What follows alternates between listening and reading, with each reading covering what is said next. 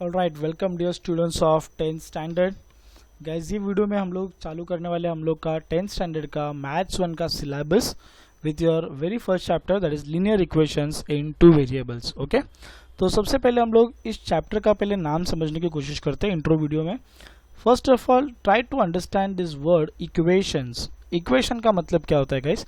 Equation is nothing but the arrangement, it is a kind of arrangement. Okay, now how that arrangement takes place, there is one LHS is equal to and there is one RHS. ठीक है, LHS रहेगा left hand side, बीच में is equal to sign रहेगा और एक रहेगा right hand side RHS। ठीक है, तो अब ये LHS और RHS में क्या होगा बाबा? तो LHS और RHS में होते हैं there is something called as a basic thing of your algebra, that is algebraic terms। क्या बोलो? Algebraic terms. ठीक है, लेफ्ट हैंड साइड और राइट हैंड साइड पे रहेंगे अल्जेब्रिक टर्म्स। ठीक है, तो अब फटाक से देख लेते हैं कि अल्जेब्रिक टर्म्स के टाइप्स कौन से हो सकते हैं। ठीक है, तो अल्जेब्रिक टर्म्स के दो टाइप हो सकते हैं। One is your CVP, one is your CVP and second is your only C, second is your only C। तो अल्जेब्रिक टर्म्स में ये दो ही टाइप्स पॉसिबल है। अभी मैं आपको एक एक टाइप का एग्जाम्पल देता हूँ और इसको समझाता हूँ कि क्या है। यहाँ पे CVP मतलब C stands for your coefficient, C is your coefficient, V is your variable, V is your variable and P is your power. Okay, so let's quickly understand the examples of CVP types of terms। तो जैसे कि मैंने लिख दिया, मान लो कि 7x cube. ठीक है, तो यहाँ पे x क्या हुआ मेरा? Correct, variable. 7 क्या हुआ मेरा? Coefficient. One more thing guys, always remember there is a hidden multiplication, there is a hidden multiplication between coefficient and the variable, between coefficient and the variable। ठीक है, and ये जो ऊपर चढ़ के बैठा है ना, this is your power, this is your power, right? Now let me tell you another example। if I am taking 5y, if I am taking oops sorry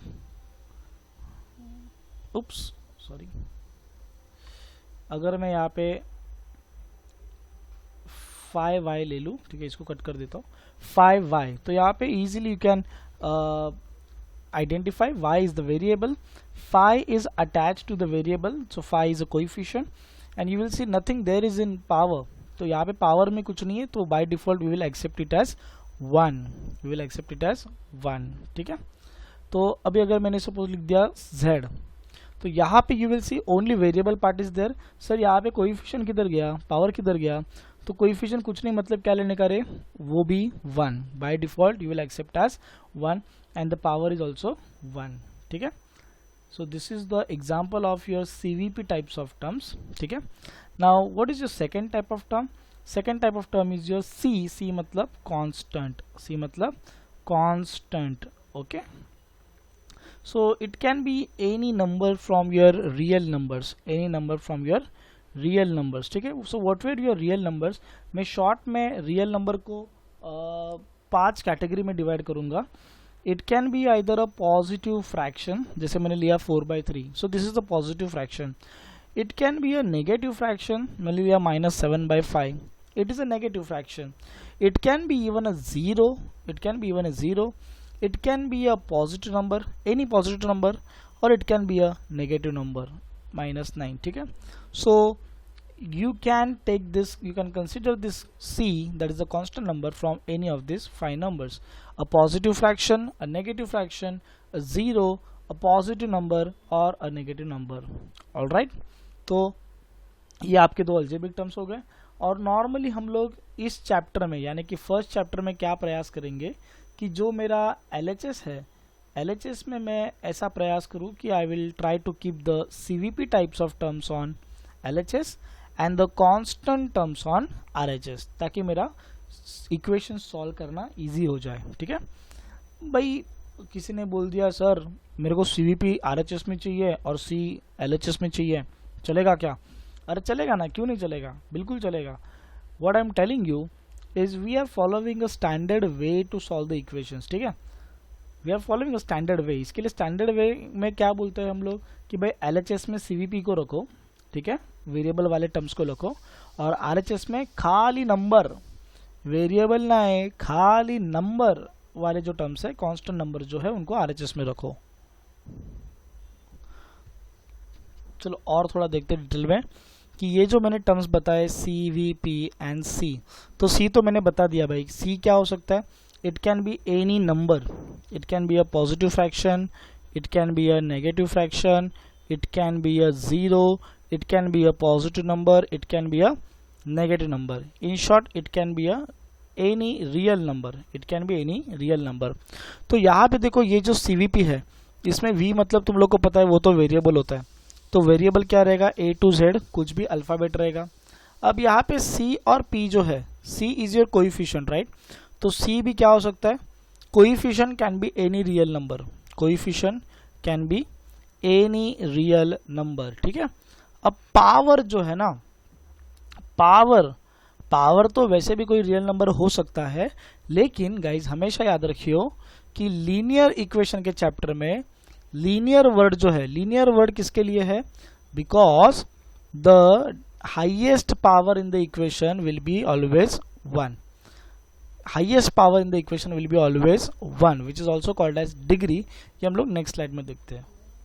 तो मैंने बता दिया कि भाई 1 2 3 4, तो ये चार जगहों पे कौन कौन हो सकता है, ठीक है।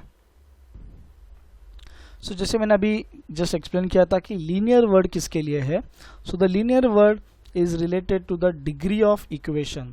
सो डिग्री का मतलब क्या होता है, first of all the highest power, जिसमें मैंने अभी बताया, the highest power present in the equation is called as a degree, and in case of linear equation this degree will be 1।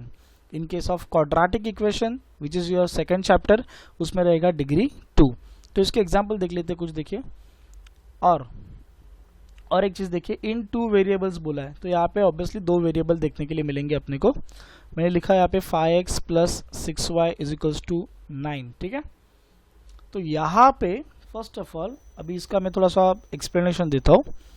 So this is your LHS, correct है, this is your RHS, okay. Now in LHS you will see this particular term. So this is the algebraic term which is of the type CVP. There is a second term, there is this second term, okay. This second term is also of the type CVP, and on the RHS there is this 9 which is the type of C term, only constant term, ठीक है ना। Guys हमेशा याद रखिए कि जो भी algebraic terms होते हैं, अल्जेब्रिक टर्म्स को सेपरेट करने के लिए मैं यहाँ पे लिखता हूँ, algebraic terms can be separated by addition और सब्ट्रैक्शन, ठीक है। तो ये 2 टर्म्स के बीच में प्लस है यानी कि एडिशन है, तो इसके लिए ये 2 टर्म्स अलग अलग है। मैं एकदम पूरे बेसिक से समझा रहा हूँ। अगर माइनस होता तो भी वो क्या होते, जैसे कि मैंने एक इक्वेशन लिख दिया ये वाला, तो ये भी 2 टर्म्स क्या हो गए, अलग अलग हो गए। लेकिन अगर इन्हीं 2 टर्म्स के बीच में अगर मल्टीप्लिकेशन हो जाए तो ये 2 टर्म अलग अलग नहीं है, इनका मल्टीप्लिकेशन हो गए, you will get 1 answer, okay. So this is the single term, correct है। अगर डिवीजन रहा तो भी वही केस हो जाएगा, ठीक है। सो जैसे हम लोग ने बोला यहाँ पे, let's check the power of the terms. यहाँ पे देखिए CVP, यहाँ पे पावर इज 1, ठीक है, पावर इज 1, यहाँ पे भी power is 1। Now guys this is the constant term, right. तो हमेशा एक याद रखियो चीज, कांस्टेंट टर्म का पावर होता है 0। कांस्टेंट टर्म है, अभी तुम लोग बोलोगे कि सर ये जो कांस्टेंट टर्म है इसमें वेरिएबल तो दिखाई नहीं दे रहा है, तो we can assume a variable, but वो वेरिएबल को लेना पड़ेगा विथ पावर 0। क्यों? Because anything raise to 0 is 1, तो यहाँ पे 1 आ जाएगा और 9 1 जा 9 हो जाएगा। तो भाई ये x को हम लोग ने क्यों लिया, ये हम लोग ने अपने मन को समझाने के लिए, हम लोग ने अपने मन को कन्विंस करने के लिए लिया, क्योंकि हम लोग को तो आदत है कि पावर को वेरिएबल के ऊपर चढ़े हुए देखने की। इसके लिए this is a kind of adjustment, okay. So we can assume a variable but with the power 0, and that's why what I will say कि every constant number has power 0, लेकिन हम लोग उसके ऊपर ऐसे सर पे लिखेंगे नहीं, ठीक है। इसको रफ कर देते।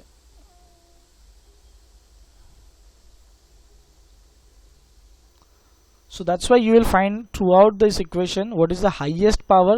The highest power is 1. That's why the degree of the equation is 1, and that's why this type of equation is called as linear equation. Okay, now let me tell you some another example. If I will take something this kind of, zoom क्यों हो रहा है बार बार, 5x plus 6x square is equals to 9. So you can see what is the degree of this equation. Here is the power 1, here is the power 2. Every constant number has the power 0, which we will not write over there, we'll keep in our mind.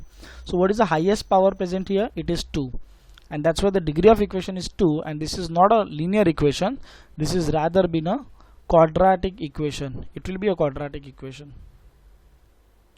So the steps to solve the let v means what? Linear equation in two variables are right in front of you.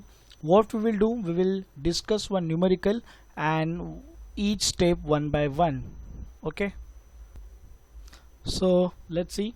So these are the two equations. Very first question from 1.1, 5x plus 3y is equals to 9 and 2x minus 3y is equals to 12. So activity based sum है ये, लेकिन इसको हम लोग normal step से solve करते हैं. Then activity में तो तुम लोग फिल कर सकते हो डब्बे में. ठीक है, तो देखिए सबसे पहले हम लोग को क्या करना है, steps to solve the let we. सबसे फर्स्ट स्टेप देखिए, decide any one variable which you want to cancel. ठीक है, spelling mistake, which you want to cancel, यानी कि x और y में से कोई भी एक वेरिएबल डिसाइड कर दीजिए कि जिसको तुम लोग को पहले उड़ाना है, जिसको तुम लोग को सबसे पहले कैंसिल करना है. So this is I am considering as y. Okay, y is the variable which I don't want to see. Okay, now go to the next step. Second step, check the coefficients of that chosen variable from both equation. अब देखिए यहाँ पे equation number 1 में y का coefficient 3 है. Sign को देखना नहीं है भाई, साइन के लिए अलग से रूल बना के रखा है. ठीक है, तो यहाँ पे y में फर्स्ट इक्वेशन में कोएफिशिएंट है 3 और सेकंड इक्वेशन में भी कोएफिशिएंट है 3. बराबर है, कोएफिशिएंट तो ऑलरेडी सेम होके रखे हैं. तो यहाँ पे क्या आएगा देखिए रूल कि if the coefficients are same go to the step 3, यानी कि सेकंड स्टेप अपने को करना पड़ेगा नहीं. अगर दोनों के कोएफिशिएंट सेम है तो सेकंड स्टेप अपने को करना पड़ने वाला नहीं है, तो अपन डायरेक्टली थर्ड स्टेप पे जंप करेंगे. तो थर्ड स्टेप क्या बोलता है, check signs of that chosen variable from the equation. Now they are talking about signs. तो यहाँ पे देखिए एक का प्लस है और एक का माइनस है. तो यहाँ पे देख सकते हैं रूल क्या लिखा है मैंने, if signs are not same add equations, यानी कि इनको क्या करना पड़ेगा, ऐड करना पड़ेगा. तो मेरा सबसे पहला स्टेप क्या आएगा, the very first step I will write is add equation 1 and 2. Add equation 1 and 2. 5x plus 3y is equals to 9. Then 2x minus 3y is equals to 12. Okay. Plus करूँगा मैं. Coefficient देखो 5 plus 2. So this will become 7x. 5 plus 2 will become 7x. And you can see over here plus 3 and minus 3. Plus 3 and minus 3, तो दोनों का sign opposite है, तो दोनों का सब्ट्रैक्शन हो जाएगा. 3 में से 3 गया, ऑब्वियसली आंसर आएगा 0. तो you will write 0y here. ठीक है, तो coefficient will be 0y. 9 plus 12 that becomes okay 21. Now यहाँ पे देखो 0 को वैसे तो कोई साइन होता नहीं है प्लस और माइनस, लेकिन हम लोग ने अपने कन्वीनियंट के लिए प्लस देके रखा है, क्योंकि अगले स्टेप में हम लोग 0 into y, as I told you there is a hidden multiplication between the coefficient and the variable. So 0 into y the answer is going to be 0. Correct है, and in next step we will completely ignore it. तो you can see कि जिस variable को हम लोग ने decide किया था फर्स्ट स्टेप में कैंसिल करने के लिए, वो सक्सेसफुली कैंसिल हो चुका है. ठीक है ना. अब यहाँ से x का वैल्यू निकालते हैं, तो ये फटक से क्या हो गया, इक्वेशन फ्रॉम 2 वेरिएबल से इक्वेशन इन 1 वेरिएबल बन चुका है. तो जैसे कि मैंने तुम लोग को बोला कि there is a hidden multiplication between the coefficient and the variable. So if I want to find the value of x, जिसका वैल्यू फाइंड आउट करना है उसे अकेला छोड़ो, तो ये 7 वहां पे जाएगा, मल्टीप्लिकेशन में से 7 जाएगा डिवीजन में. यहाँ पे मल्टीप्लिकेशन में है तो वहाँ पे जाएगा तो डिवीजन में। आंसर क्या आएगा 7 3 ज़ा 21। सो द x का answer will be x is equals to 3। Correct है।